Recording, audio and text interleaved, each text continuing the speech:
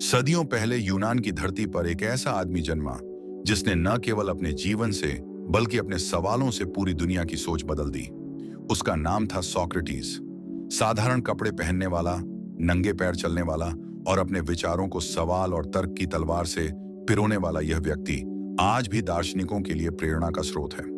Socrates को देखकर कोई यह अंदाजा नहीं लगा सकता था कि यह साधारण दिखने वाला इंसान इतनी गहरी बातें करेगा कि इंसानियत की नींव हिल जाएगी। वह रोज बाजार की गलियों में, चौराहों पर और मंदिरों के सामने घूमता। वह युवाओं से सवाल करता, बुजुर्गों से सवाल करता और कभी-कभी बच्चों से भी सवाल पूछता।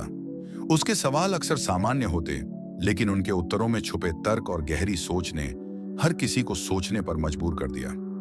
लोग पहले उसे पागल समझते, लेकिन धीरे धीरे वे समझने लगे कि उसके सवाल उनके भीतर झकझोरने वाले हैं। हर सवाल, हर जवाब, हर संवाद उनके सोचने की क्षमता को नई दिशा देता। सोक्रेटिस का मानना था कि ज्ञान की शुरुआत वही इंसान करता है जो यह समझता है कि उसे वास्तव में कुछ भी नहीं पता।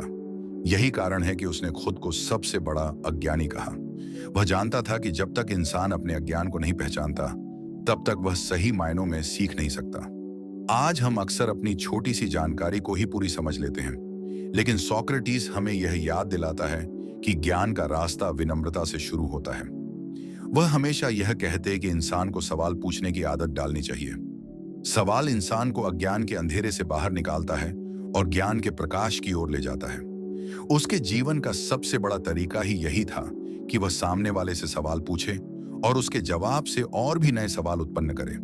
सामने वाला व्यक्ति कभी-कभी अपने ही उत्तरों में उलझ जाता और फिर सोचने पर मजबूर हो जाता। यही सोक्रेटिस की शक्ति थी और यही उसकी विधि आज सोक्रेटिक मेथड के नाम से जानी जाती है। लेकिन सिर्फ सवाल पूछना ही उसकी पहचान नहीं थी। सोक्रेटिस का सत्य के प्रति अटूट समर्पण उसे और भी महान बनाता। वह कभी झूठ या समझौता करने से नहीं डरता था।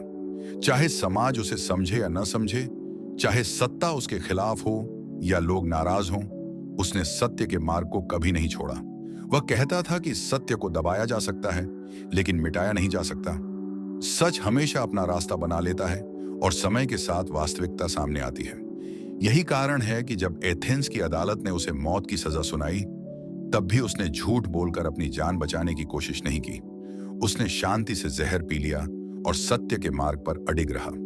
सोक्रेटिस का जीवन यह भी सिखाता है कि आत्मा का ज्ञान शरीर और धन से अधिक महत्वपूर्ण है।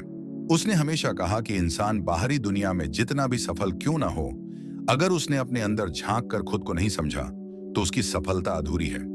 स्वयं को जानना केवल अपने नाम या पहचान तक सीमित नहीं है, बल्कि अपने भीतर की गहराई, अपनी इच्छाओं, डर और उद्देश्य को समझना है। जब इंसान यह समझ जाता है कि वह कौन है और उसके जीवन का उद्देश्य क्या है, तभी वह अपने आसपास की दुनिया को भी सही मायनों में समझ सकता है। सोक्रेटिस ने अपने जीवन में अच्छाई को सर्वोच्च स्थान दिया। उसने कहा कि यदि इंसान बुराई करके बाहरी दुनिया में सफल हो जाता है, तो भी वह भीतर से हार जाता है। असली सफलता वही है जब इंसान अपने नैतिक और सही मार्ग का चुनाव करके जीवन जीता है। यही कारण है कि उसने हमेशा नैतिकता, न्याय और अच्छाई पर जोर दिया। उसने जीवन के हर क्षेत्र में अच्छाई और सत्य का पालन करने को महत्व दिया। हमने देखा कि सोक्रेटिस का जीवन कैसे सवालों, सत्य और स्वयं की खोज में गुजरता था, लेकिन उसकी कहानी यहीं खत्म नहीं होती।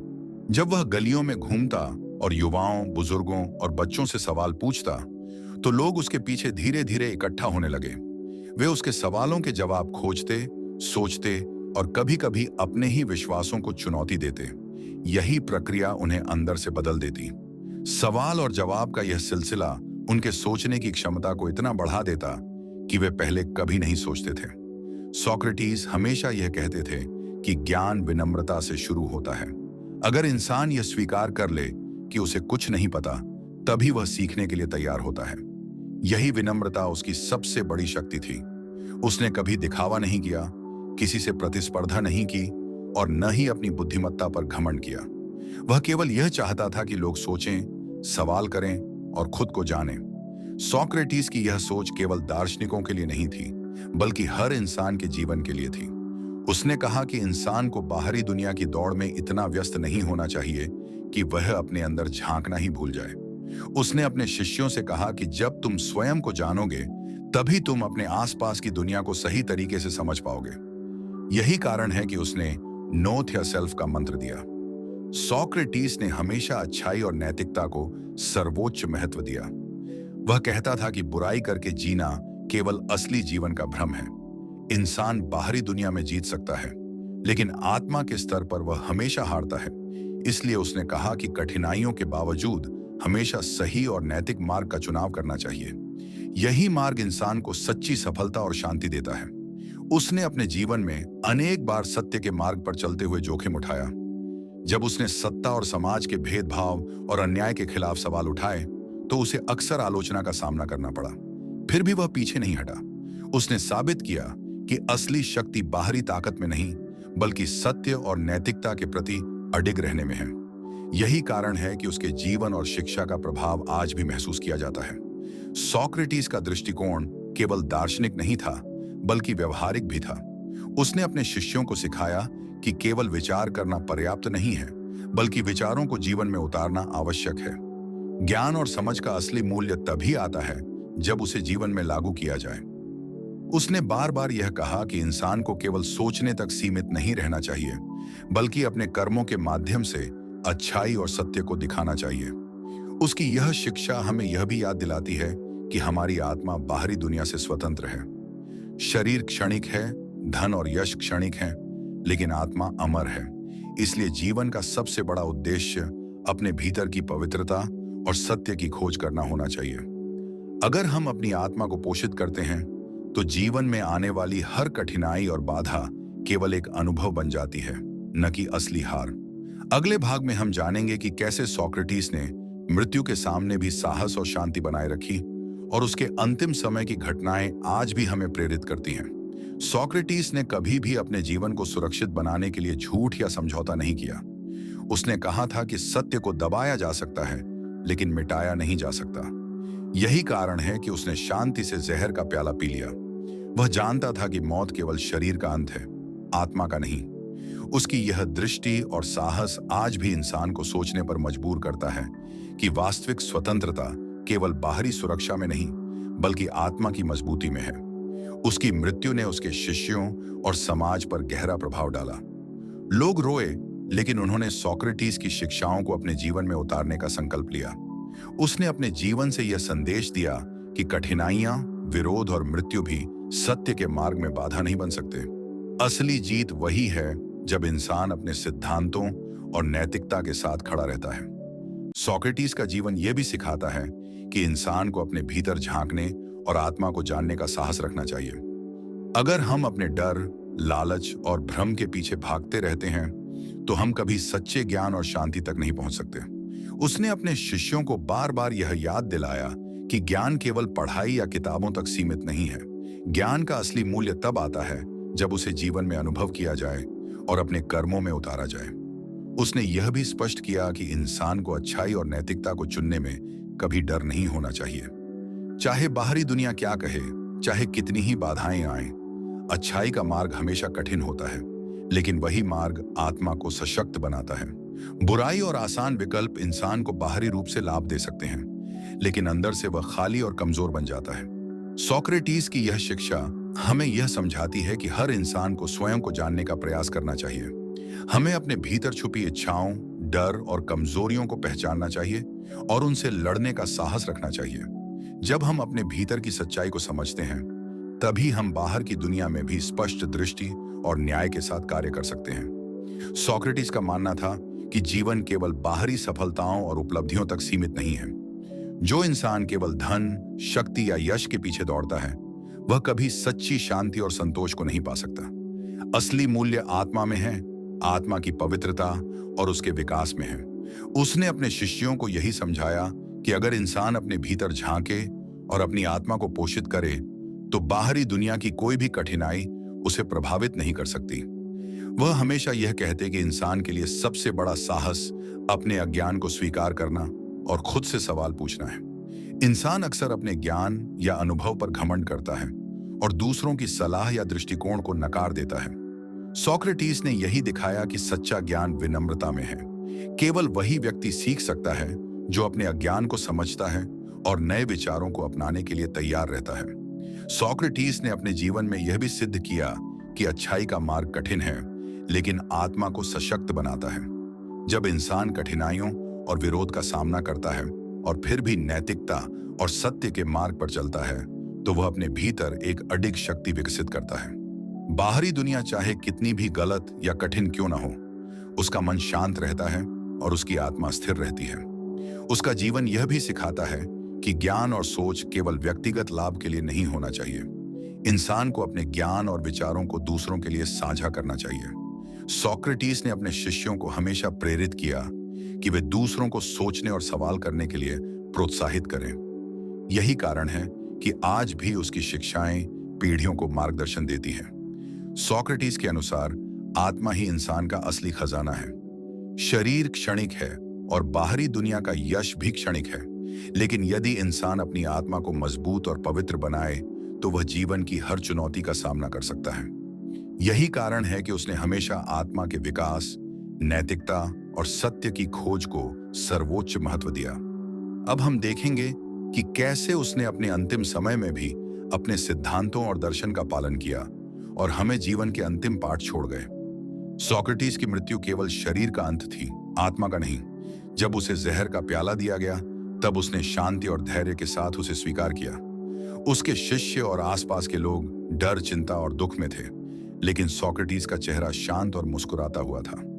उसने यह दिखा दिया कि असली स्वतंत्रता और शांति बाहरी सुरक्षा और सांसारिक वस्तुओं में नहीं, बल्कि अपने भीतर की मजबूती, अपने सिद्धांतों और आत्मा की पवित्रता में है।